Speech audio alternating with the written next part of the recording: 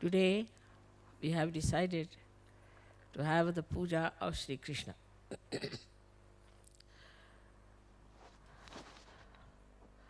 We have many a times done this puja and have understood the essence of Shri Krishna's advent, which was 6,000 years back. And now, what his manifestation was, what he wanted to be accomplished, has to be done in this Kali Yuga. As it is, this Kali Yuga is going into a new realm of Satyuga, but in between there is Kruta Yuga, where this Brahma Chaitanya, or we can say the all-pervading power of God's love, is going to act. At this time, what is going to happen with Sri Krishna's powers? This is what we have to see.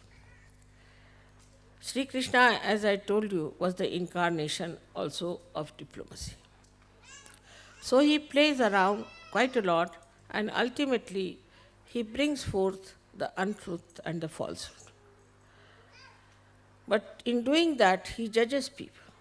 So it's very important that Sri Krishna's powers of his diplomacy were to be manifesting at this time when it is the last judgment. So now, whatever we have done wrong before, whatever karmas which have been done in ignorance maybe, or maybe deliberately, all of them will be paid back. Those punyas which you have done in previous life, this life, will be also rewarded. This is all done through Sri Krishna's principles of collectivity, where he collectively sees the situation. For example, as I told you last time also, that Columbus luckily went to America. Luckily. So we were saved, otherwise we would not have been here. And then these Spanish people, bullfighters, they went and started fighting the poor, unarmed people who were just very simple owners of that land. But they went and occupied those lands and killed every one of them. So in America you can't find anyone, no doubt. But even in South America, you have to go to Colombia or to Bolivia, to great heights, to see some aboriginals there. Otherwise, most of them are finished. So now in Kruta Yuga, all these diseases have started cropping up. But the best part is the drug addiction. These drugs are made, for your information, in Bolivia and in Colombia. You drove them down there, so now you have the drugs, and very nicely you are very welcoming them. People went in Nicaragua to help them and brought back all these horrible drugs to Washington. And in every elite society, they are just discussing which is the best drug, where is the sale on, and where should they buy the drugs. So all of America is now worried how much drug they can import and kill themselves and destroy themselves. So this destruction has started from inside. Then in addition to that, when I went there first, I told them not to indulge into these Freudian practices, but keep to morality Otherwise, you'll have problems.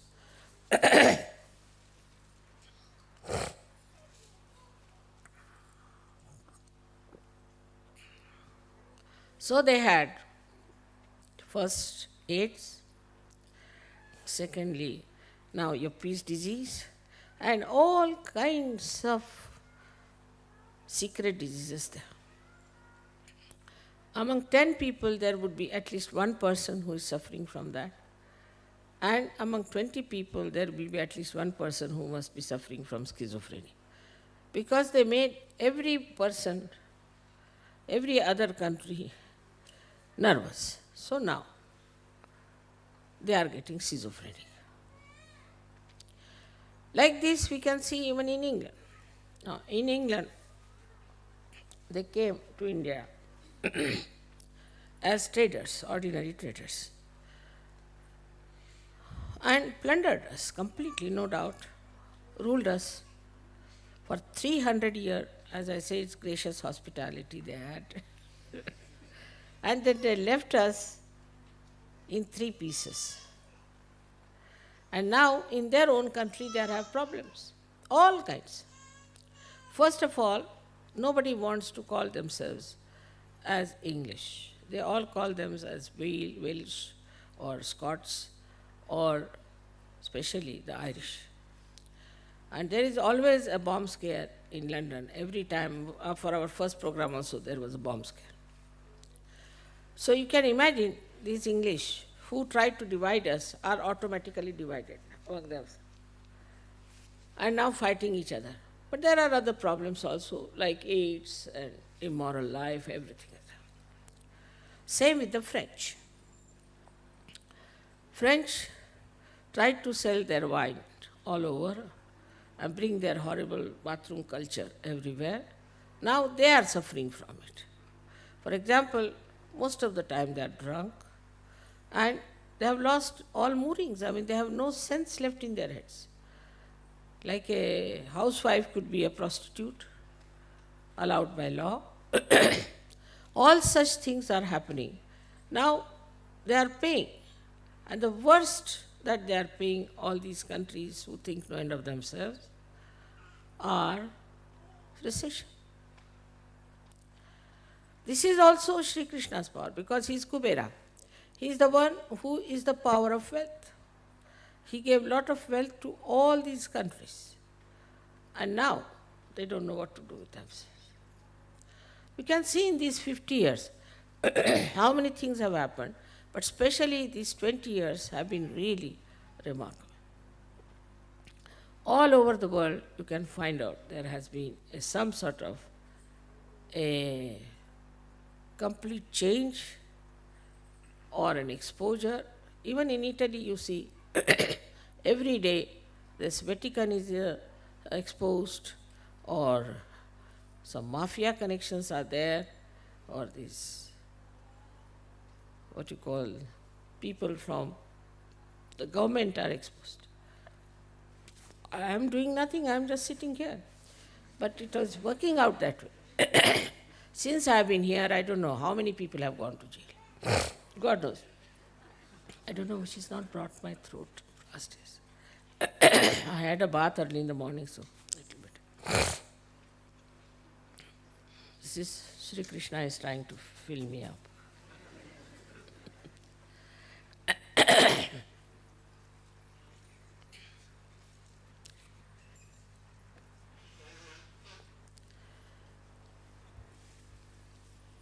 We Indians are also suffering because our past deeds, like we had a caste system.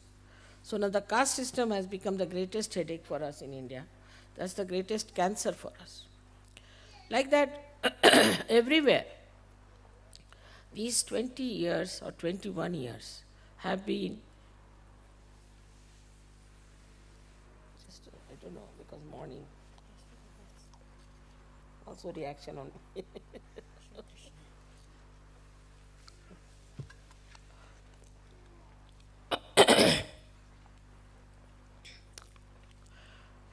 So like that in every country, you will see gradually, every country will have to face for what it has done.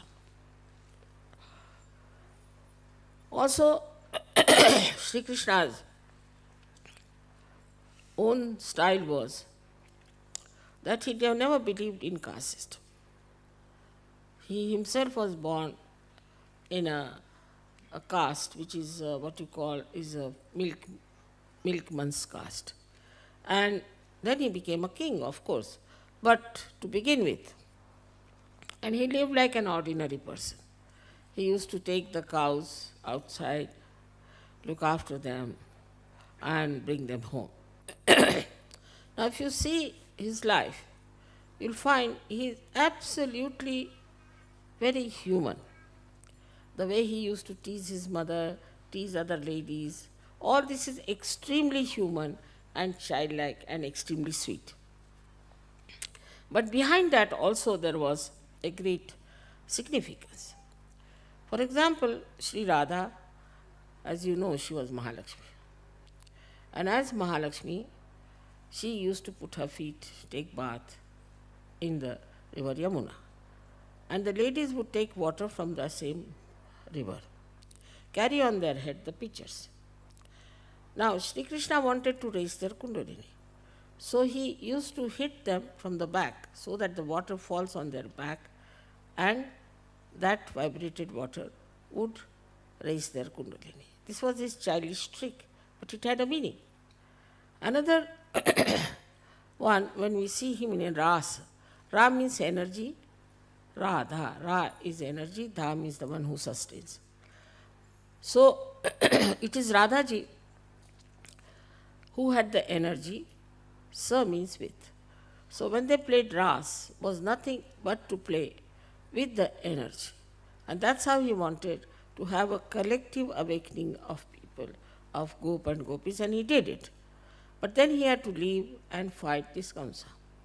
In his own lifetime, as a child or grown up, he punished all kinds of devils and women, devils who were like Putna and all. He did it. And in this Kali Yuga also he is active. You have seen how gradually he has finished so many false gurus, one by one. Somebody who called himself Shri Krishna, somebody called himself as God, something else, something else. He finished them all, exposed them nicely. And now we have very few people in the arena left for us to fight. They themselves are trembling and they are quite frightened of us because we are standing on truth. So now when we have to think about Sri Krishna who is residing in our Vishuddhi Chakra. Many people have this problem of left Vishuddhi. That is because we are more sort of very social people. Now in the Western society, the social system is so rigid that anybody can collapse with that. Or used to be, now better because of the maybe the revolt, anti-culture. But otherwise, if you could put one spoon from here to there, then you are finished. If you start your food with, say, not with a fish knife, but with an ordinary knife, then you are finished, you are no good. And these French had made even much worse by using a big science out of alcohol. For this alcohol, this is the glass, for that alcohol, that is the glass and all. So the whole collective was made so rigid. It's much more rigid than in India. I used to think Indian collective is quite rigid because of certain conditionings we have. But after coming to the West, I was surprised that it is such a conditioning in the heads of the people that some of the conditionings you cannot remove. Say from Catholic Church you might say, or from wherever it is. But when it comes from somebody like Freud, who was absolutely a devil, they just give up all these conditionings and take to that. I cannot understand any country where there is Catholic Church so predominant, they are following Freud. So, this collective rigidity which was then, because maybe Sri Rama was a very formal person. Because of him, maybe the collective rigidity might have been in India. But in the West, it is all mental. It's absolutely mental. If you make this kind of hair, then you are all right. If you put oil, then you are absolutely lunatic. All kinds of funny ideas were given, and people started doing like this. If you don't put oil at all, you will become bald. If you become bald, then they will have a business of their wigs. So the whole thing was money oriented. And everything was made so fixed that you had to do it so that they could sell their things. England was, as you know, is tailcoat. You have to wear a tailcoat if you have to see the Queen. I don't know why you have to wear a tailcoat to see the Queen, but it's compulsory. And if you don't wear, then you are not allowed. So they have to borrow these tailcoats and all that from one shop, which can be tight, which can be loose, and everybody looks like Charlie Chaplin too. They can't walk straight. So, this kind of stupid rigidity that came into the West has really made them very nervous. People are so nervous here. If you tell some lady that I'm going to come and have food with you, she will collapse. God knows what she thinks. I mean, it is caring for the public opinion or her own conditioning. But in an Indian housewife, if you tell her you are going to come, she'll be the happiest person. She'll be very happy that you are coming to her house for dinner. But here, even if you say, I would like to come and see you in the evening, they'll say, all right, come in the pub. Because they're so nervous. They are not sure of themselves. And this has come, I think, perhaps from these norms that they have been created in the West. In India also we had lots of these ritualism that came up very serious. Like we had people, Jainis, who would pick up their hair with their hands. They are not supposed to use any knives or any scissors or any barbers. So they were supposed to pick up their hair on their own. So from their beard, from their this thing, they would pick up all the time. That went to such a horrible conditioning that they would say that even if you breathe, then you might consume some animals. So they would put some sort of a cloth before their mouth, and all kinds of nonsense they did. At that time, Sri Krishna came in. His own cousin was a Tirthankara. You will be surprised, Neminath. He became a Tirthankara. And that made Sri Krishna think about it. That this kind of stupid ritualism that we have, like in the morning, women will get up in their sleep, they will go put some water for Tulsi, do this thing, that thing, throw water here and there, and also untouchables and touchables, and you can't take water from this, you can't eat this, you can't move like that, all kinds of restrictions. Timing, everything. This time is not good, that time is not good, this you should not do, that you should not do. To such an extent that the whole movement of our country was around these rituals. I had nephews who used to come to Bombay for their work. Every time they went to Lucknow, they would come with shaven heads.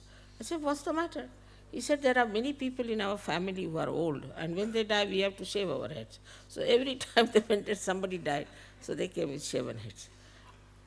Like that, such horrible rituals existed, and even now in the South India, a lot of rituals are there, terrible rituals. And they cannot get out of it, they are frightened. If they get out of it, then they might be sinners or they will go to hell. So the Indian conditioning was, as far as these rigidities were concerned, for religion, to be on the right side, to be on the in such a way that we should not be caught up without doing this. So early in the morning they'll get up and do the rituals just without even thinking about them what they are doing. But in the West, the lifestyle is nothing but rigidity. The whole lifestyle is, there's no freedom anywhere. And all that then was revolted by these hippies and other people and all of them, and they fought it, and that thing went to another extremes. So from one extreme to another extreme. Now how Sri Krishna's advent changed it. When Sri Krishna came on this earth, he said, this is all a leela. It is just a play. Because you are involved into it, you cannot see the play. But if you ascend, if you are in the water, you are afraid of the water. But if you get into the boat, you can see the water. And if you know how to swim, you can even save the people who are in the water. So he says that if you develop a witness state, Sakshi Swarupata, if you develop that state, then you see the whole thing as a drama. Nothing affects you. Nothing matters. You don't worry about anything. You see the problem above. You are and you see the problem, and because you are out of it, you can solve the problem.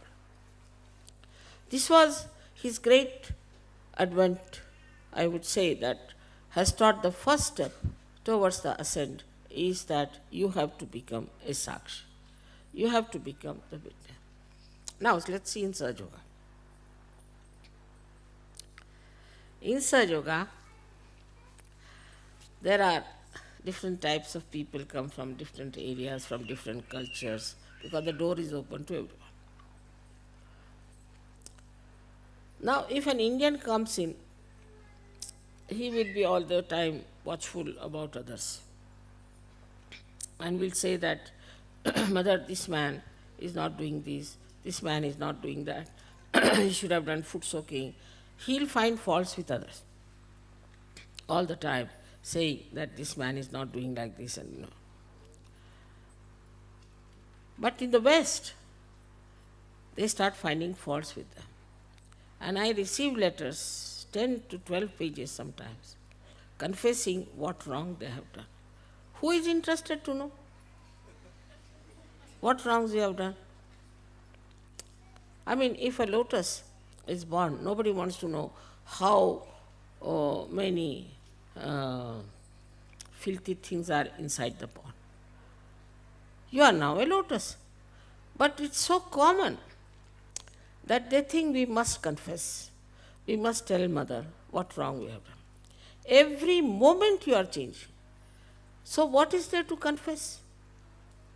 And the life is so formal, as I told you, that people suffer from guilt for anything. Apart from the influence of this Catholic Church has conditioned you so much that even if you are not a Catholic, you are a Protestant, still you have guilt.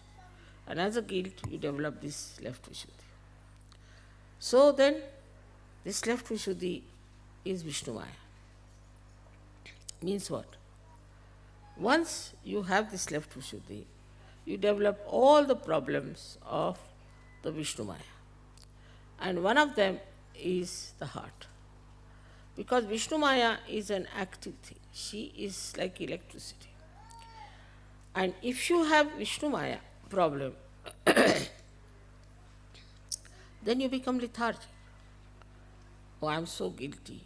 You become depressed. That Vishnu Maya principle disappears from you. She is the one who is quick, fast, and she gives the light and announces to the whole world what Sri Krishna is. What happens with such people, Sahajogis who come in, who feel guilty?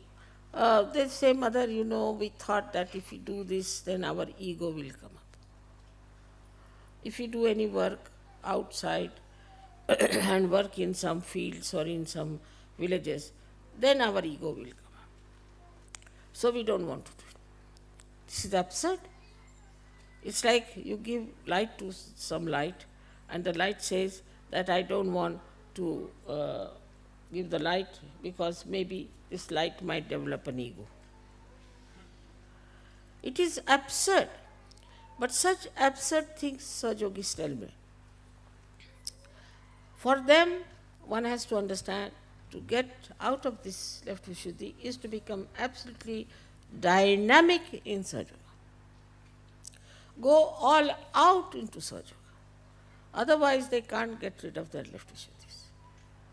Left Vishuddhi is a thing that's a very depressive action on the whole being.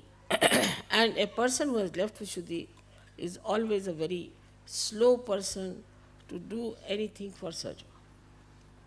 You have not been given light to hide it. Christ has said that you don't put light under the table. So you have been given light to work it out, to be dynamic, to think what to do, how to arrange, how to organize. But if you are guilty, then you will all the time say, oh, Mother, it's very difficult, this. Always you will find the other side of the whole joke. Just to avoid. Now for a Sahaja Yogi is to witness himself, first of all. That is the introspection. He should see for himself. Where was I and I have come here? Don't indulge too much in the past, but see the distance you have crossed in such a short time. Now you have come into the kingdom of God. You have all the powers. I don't tell lies. It's a fact. I'll give you an example. My Wolfgang allows me to say that. Wolfgang was with me when we were traveling from Prague to Vienna. And the plane, you see, he told me that the plane is at 10:30, but it was at 9:30. It was a mistake. There can be mistake, of course. That also Shri Krishna style. You can always do mistakes, doesn't matter. So we reached, why all these things happen? See, to create an event, a ghatana. So he was very upset about it, that he told me a wrong time and I reached there about 15 minutes late. There was a ground hostess, horrible. She started shouting at me, saying all kinds of, not fair, you don't know, this, that, and everything. I just didn't bother about it because I knew that it was out of mistake, we've done it. And they could have taken away their plane instead of shouting, but they kept the plane and she shouted at me. Because she wanted to shout, you see. Then the plane was filled in with people. And it would not leave. So I asked the engineers, they said it has been like this for the half an hour, we are trying to correct it. It's like this. So it's all right. He said that you'll have to wait till we put it right. But because she shouted at me, Wolfgang was full of tears, you see. Just look at this German having so many tears in his eyes. Then Alga was telling him that it's all right, doesn't matter, it's not your mistake. He was feeling so sad that Mother has been insulted like this by this lady because of my mistake. His love. Now the power of his love was so great. At the same moment, there were so many, about 50 people, Sahaja Yogis standing on the balcony watching us. We also felt and they also felt, but they felt a tremendous cool breeze like a big blow came to them and blew upon them vibrations, and they just got enamored. And suddenly when they opened their eyes, what they find, the whole sky was filled with clouds. There was not a single cloud. In 1 second from where the clouds came, God knows. It was all completely filled with them. Then they asked us to get out because they could not do anything. So when we came back, it started raining. When we came in, he got after that lady, he said, now, whom are we to shout? We can't catch our planes now. And then they announced that all the flights are cancelled. So see the power of his love for his mother, that the whole sky couldn't bear it. You see, his eyes became the sky.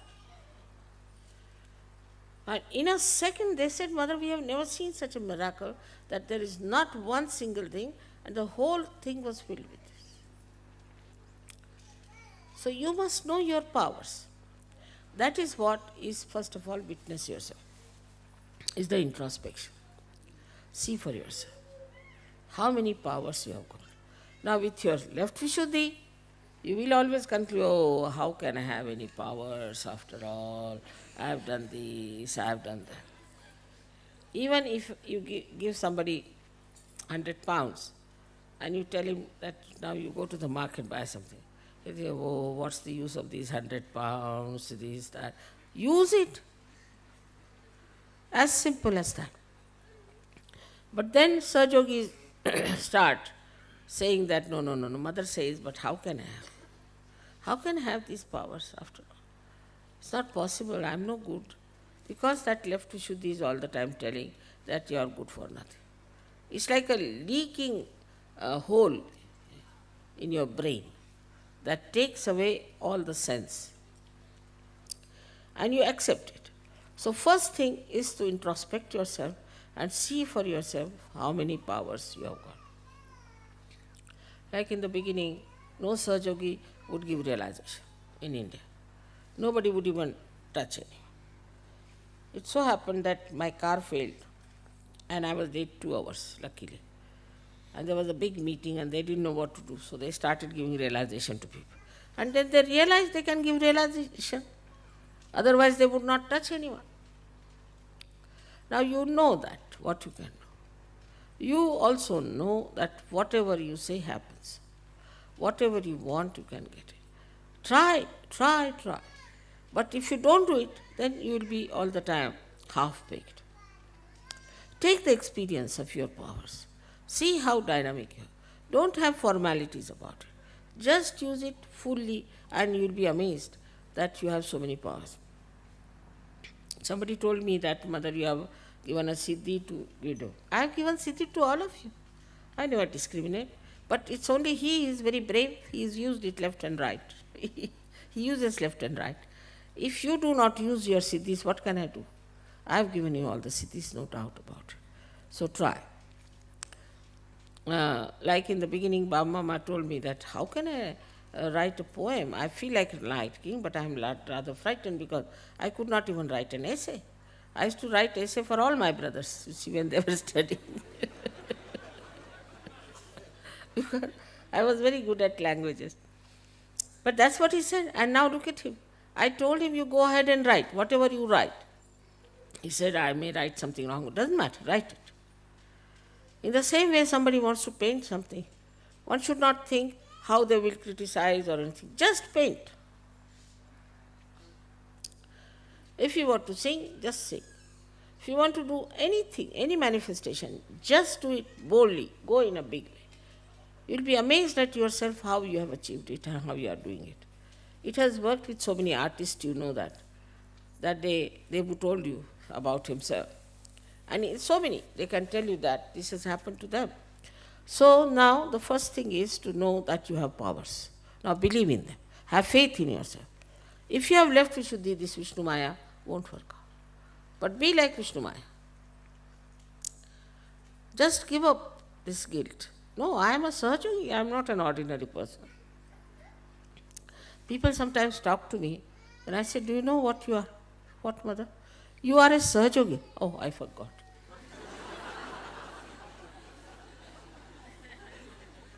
Now go and do it. And another style of this left Vishuddhi is this, which one must understand, that it tries to give an explanation. As I told you many a time, you tell somebody that telephone to someone. First they will say, he may not be there, Mother. Baba, you telephone, first find out if he may be there or may not be there. But they would not. They would just avoid, and that is another thing. Vishnu Maya never avoids, you have seen that. Once she has to shine, she shines. Wherever she is, whatever she is. So in the same way, we have to be like that. We have to know that we are special people, we are chosen, we are angelic, and that we have entered into the kingdom of God, and it will all work out. Sahaja Yoga is not meant for useless people. As I told you in Marathi, Tukaram has said, "Eड्या गबाळ्याचे काम नव्हे." It's not meant for lunatics and lousy people. It's meant for somebody who has त्याला पाहिजे जातीचे. You need people of character. I know that there cannot be many like that, but there is no place in God's realm for many people, for all these useless people. It's only for something special. These seats are reserved, and you have got your realization now somehow. So now try to understand that this Vishnu Maya principle has to be expressed and has to be shown. And you introspect yourself, have I done that or not? Don't be afraid that they say that our ego will come. It doesn't matter. You will also see your ego.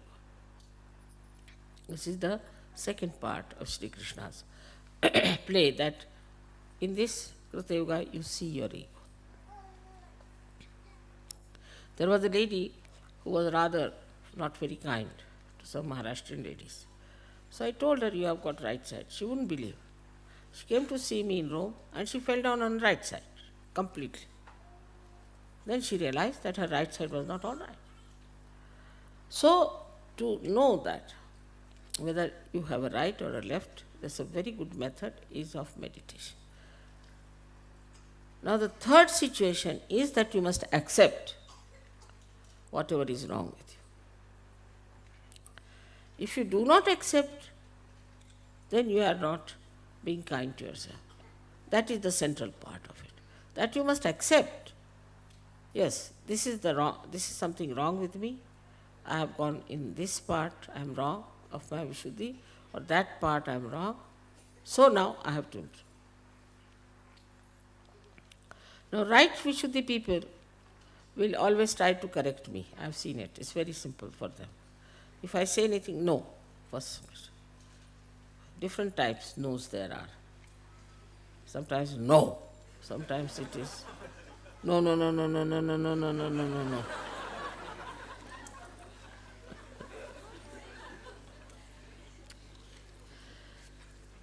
They will contradict me or try to put their own idea. And then they discover that it was wrong. They should not have said it. Say, for example, if I say, I saw these things lying here. They said, no. I said, I saw with my own eyes. And once I see something, it's registered, so it's there. No. I said, all right, just try to find out. It's there. How is it we didn't see? I said, because your no was written on your eyes, I think you couldn't say anything. And then they'll pull their ears. That's the best. But if you see that this is a habit I have of saying no to things. So, first of all, I also test you. Supposing I say, it is just now 9 o'clock in the night. You just say yes. Let's see what happens. Try to see. You see, I test you many times like this. And then I see that some people, if I say so, all right. If it is so, if Mother has said, it is so. And then it starts building up their faith very well. I can see there clearly how they are coming into the realm of real faith. And there, when I say something absurd, they will just smile. They know it is Mother is just testing us, you see. So they will just smile. They won't do anything, but they'll just smile. And then, if it is so, and if they don't know, they'll say, yes, it must be. Mother must have done this or said so. So your testing time is there. You have to test yourself. As Muhammad Sahib has said, that your hands will speak and they'll give witness against you. So on your hands you will know. Now these hands are the blessings of Sri Krishna. They come out from the same Vishuddhi. And as you know, the pelvic nerve serves it on all that. And there are 2 chakras of one Lalita and another Sri chakras, all on these both sides. They also play into the hands of Sri Krishna. With these hands we can feel the vibrations. Now if your right Vishuddhi is too strong, you may not feel. If your left Vishuddhi is too strong, you may not feel. But that doesn't mean that you haven't got realization. You have got. You just work out your hands. Now for working your hands, you have to see that you don't use them for useless things. That's very important. Because you have special hands. These hands are the ones with which you spread the collectivity. Now for example, Italy example. This. Here the people when they talk, they'll go on.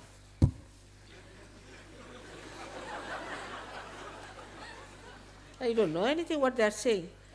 They only know their own, all their gestures, and they only can depict. For a person who doesn't know that, they'll go on like this, all the time. So this should be reduced. There's no need to use your hands so much all the time, like this, like that. Little bit. But while using the hands also, it should be decent, it should be regulated, it should be very indicative and useful. Just showing off your hands is not good. It is some sort of a theory came out, I was told, that you must put your gestures into your hands and speak. It's all right for people like Hitler, but not for us. For us, we should be decent. We should, whenever we have to say, now for example, we want to point out something to someone, should say, do this. This is Shri Krishna's finger. You can't use it like that. But say, do, means supporting it. This looks better.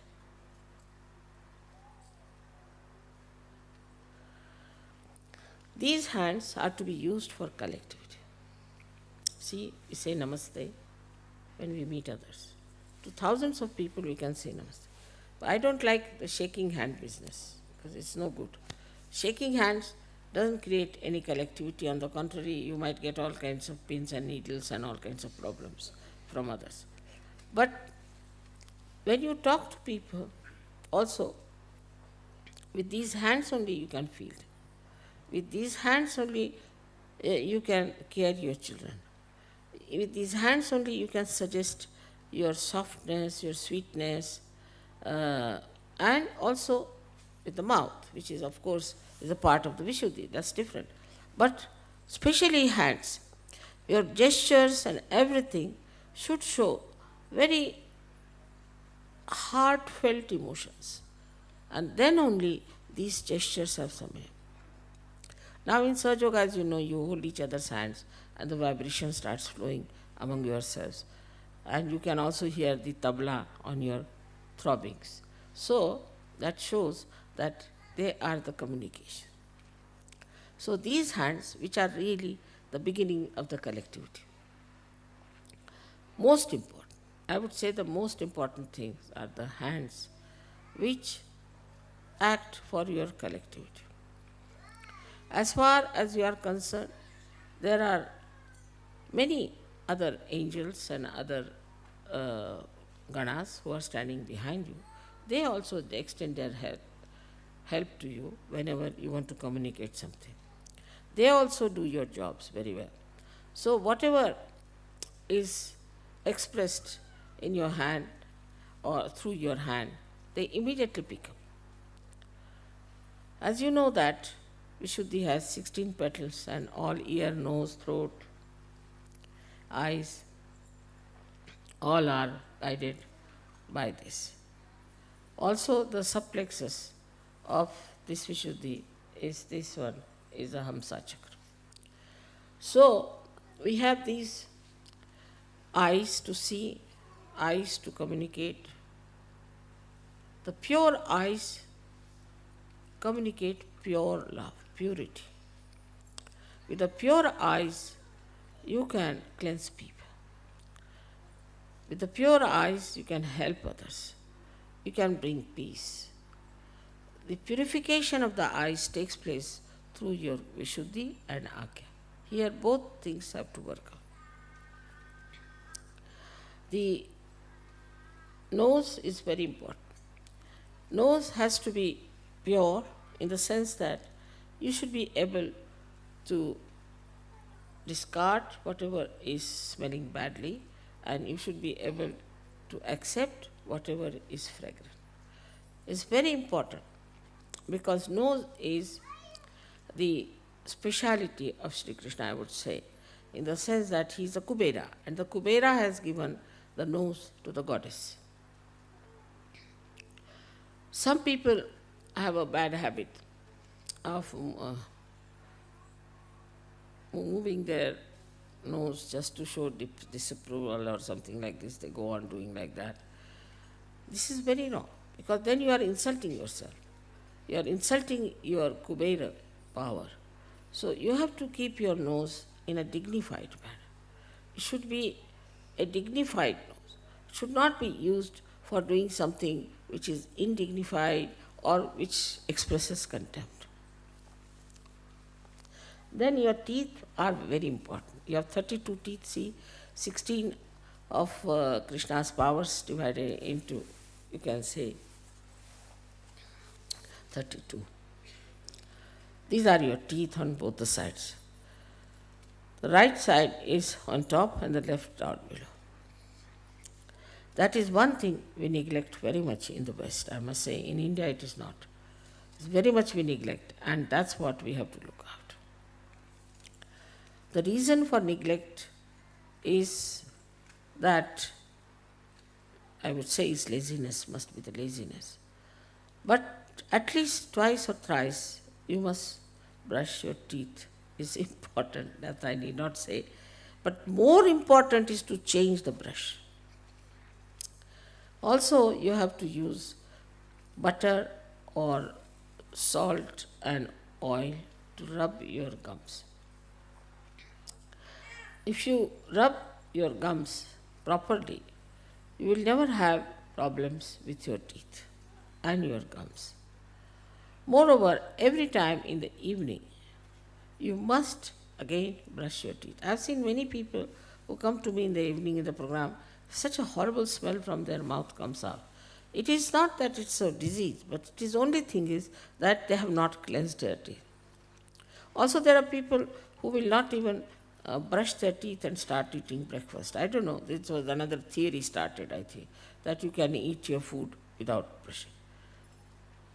Teeth are very important and one must look after them. On the teeth depends all the qualities of your Vishuddhi.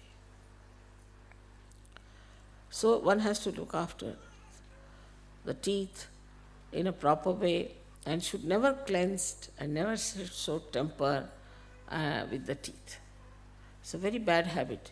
Also here is a gesture, I have seen that. If they don't like something, they just go on like this. It's a very wrong thing. One should avoid that kind of a gesture, and it's very dangerous for your teeth. So today's lecture is more sort of medical, I must say.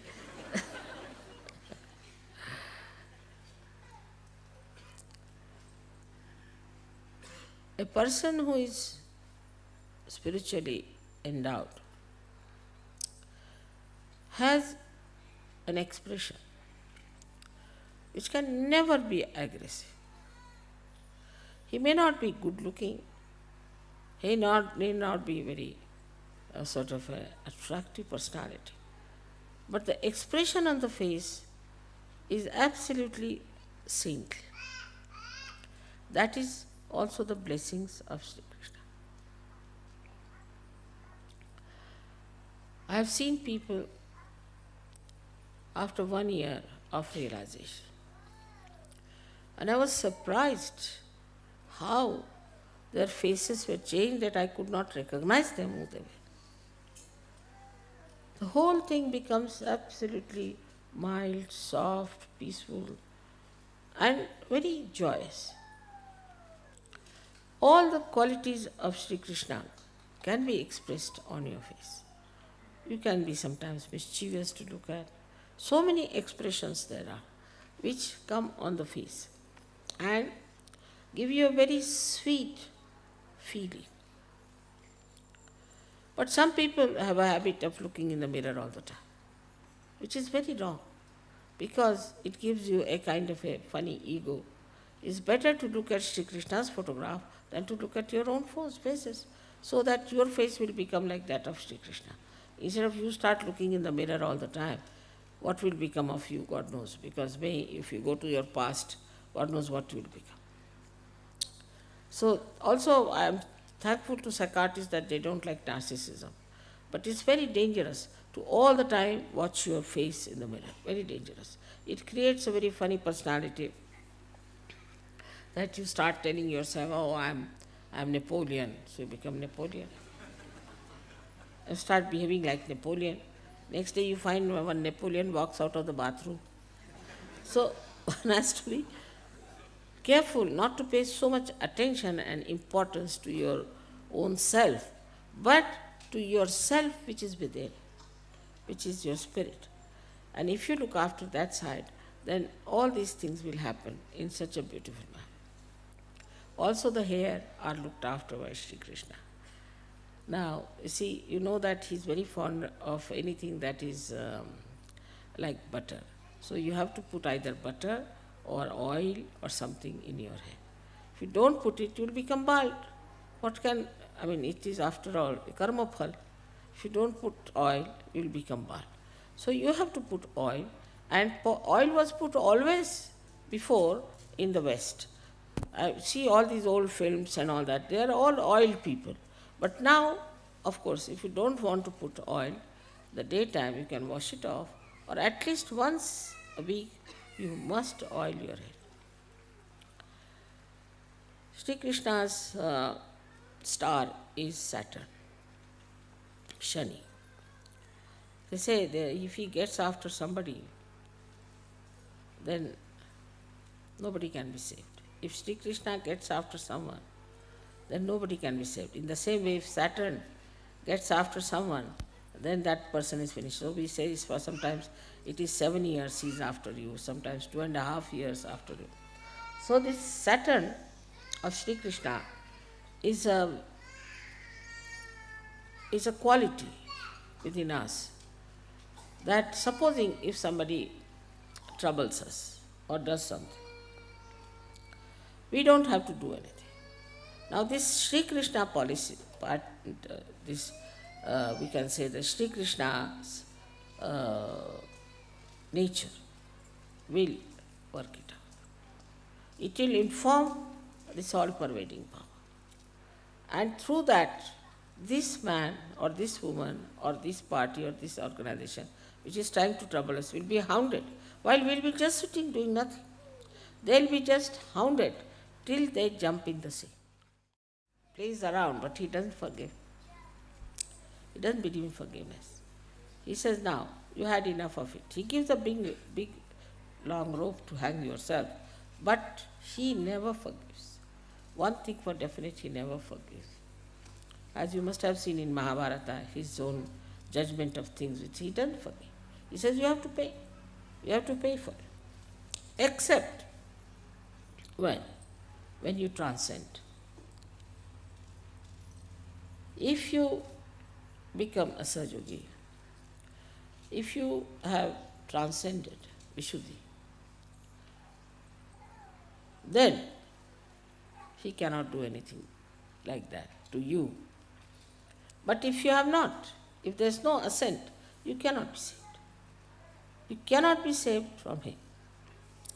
They say once Muhammad Ghazni came to loot our country. It's a story about village folk. And he's looted Somnath, a big temple of ours, which had lots of gold, jewelry, everything in it. So these Brahmins were, taking money from all these people and looting them and putting them in the temple and using them. And the rest of the people were very poor. So it was sort of a reaction in them, and the story they tell like this. So this Muhammad Ghazni looted Somnath, is the temple of Mahadeva.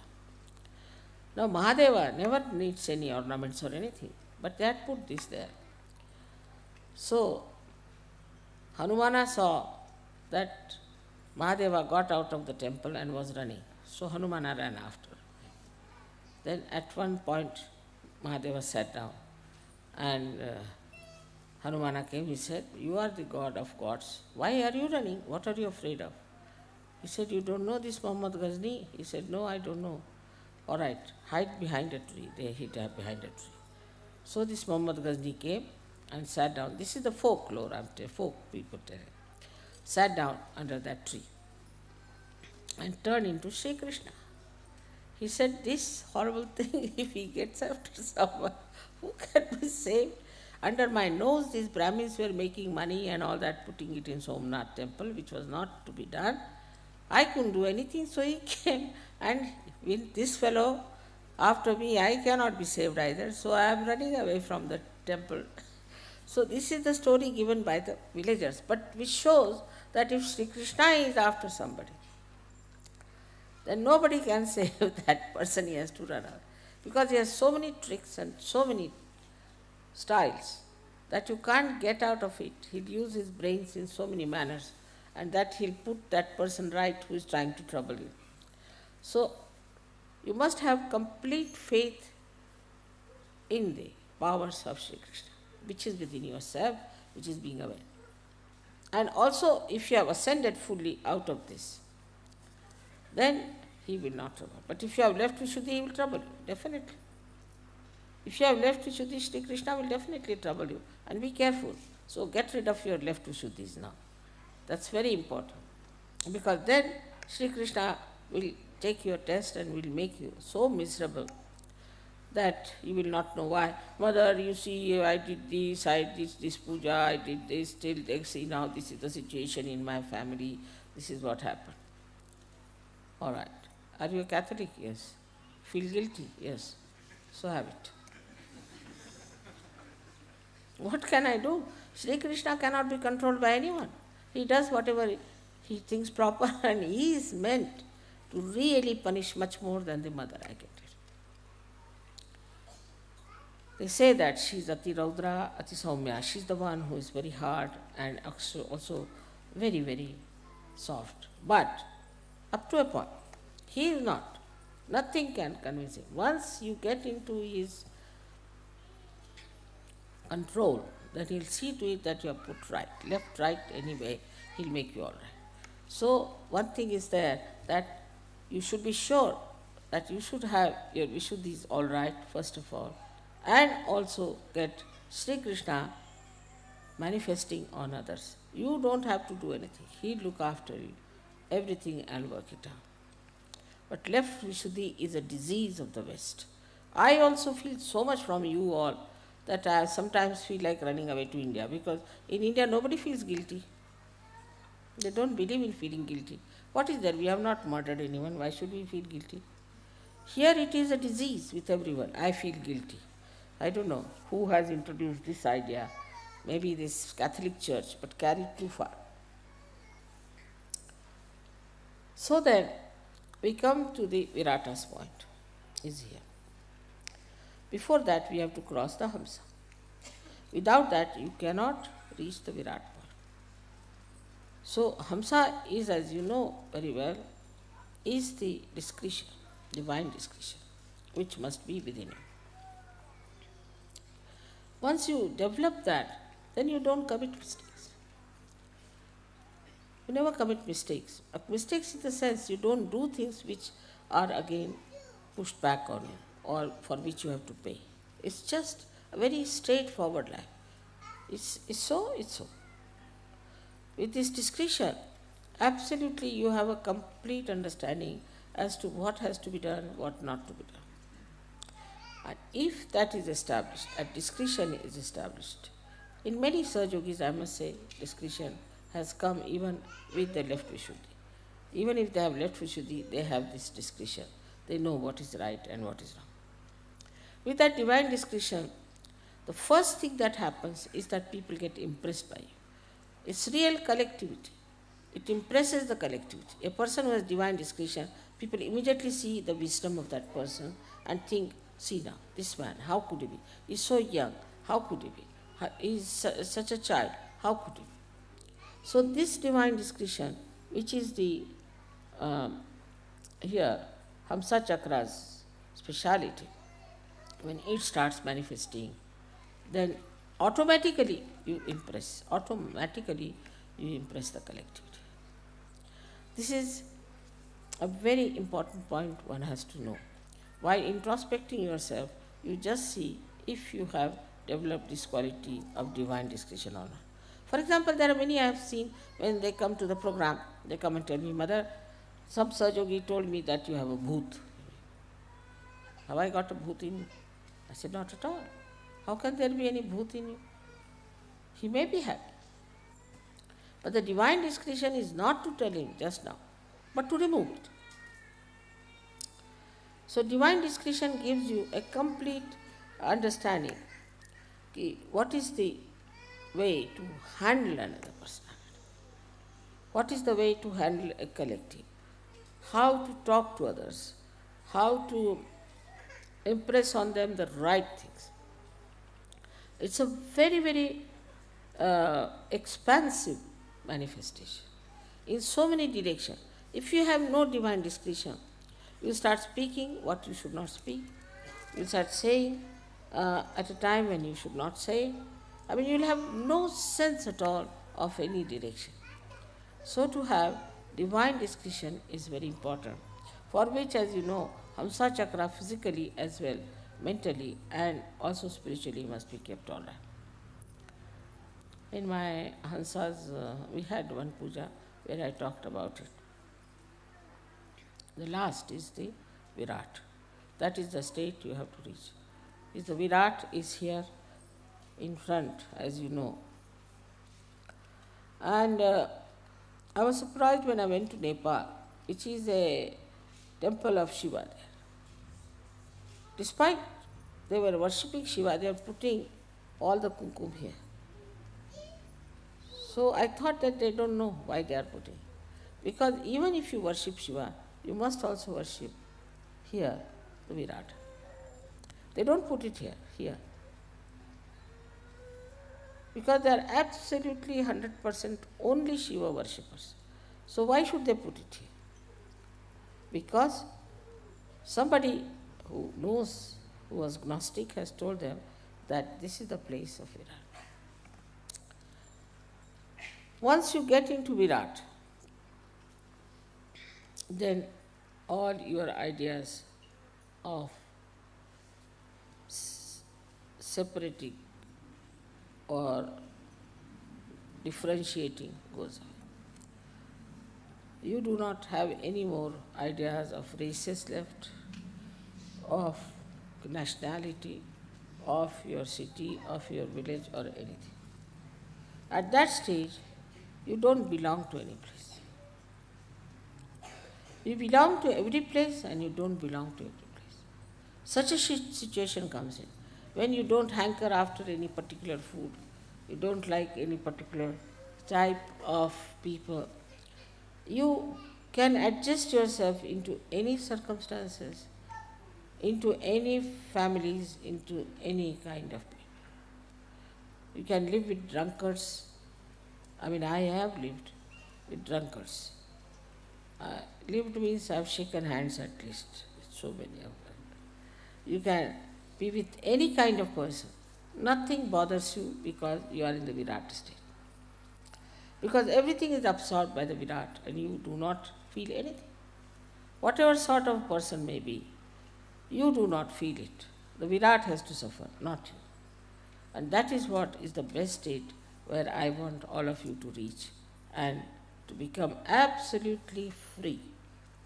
Nothing can impress you, nothing can influence you, nothing can dissuade you, but you stand on your self-esteem and understanding about yourself that you are a Sahaja and that you are connected with this power and you are a citizen of Kingdom of God. At the Virat state, there is no doubt left about it, no doubt. Because you become part and parcel of the whole. Absolutely, and you can affect anywhere. If this finger is hurt, then this finger can feel it. In the same way, such a person is felt everywhere. And not only that, but that person can be effective everywhere. For that state of reaching to Virat, one should try to slowly, gradually, yan neti neti vachaner nigamo vachus. You have to go on saying, this is not my sister, this is not my brother. They are all my brothers, they are all my sisters. I love them the same as my sisters and my brothers. This is not my family. The whole Sahaja Yoga is my family. The whole attention should move like that. This is not only mine. It is everybody's. It belongs to everyone. Everybody has a right. That sort of a thing, when it starts growing from individual, what we call is the Vyashti to Samashti. In Sanskrit they said Vyashti to Samashti, from individual to collective. And such a personality then is the most effective one for any kind of collective work. I think for today it's quite sufficient for you to know about Vishuddhi Chakra. I mean, I've talked about it thousands and thousands of times. And now this is one of the sides which I wanted to say, because I find that still there are people who do not understand that they have to rise above Vishuddhi. Otherwise, if they do not ascend over Vishuddhi, they can never be proper Sahaja-yogis. They will be always half-baked. So we must try to rise above the Vishuddhi, the discretion part. Then at that point we can never doubt Sahaja. We can never doubt. And that's how the doubtless awareness can come to us. May God bless you.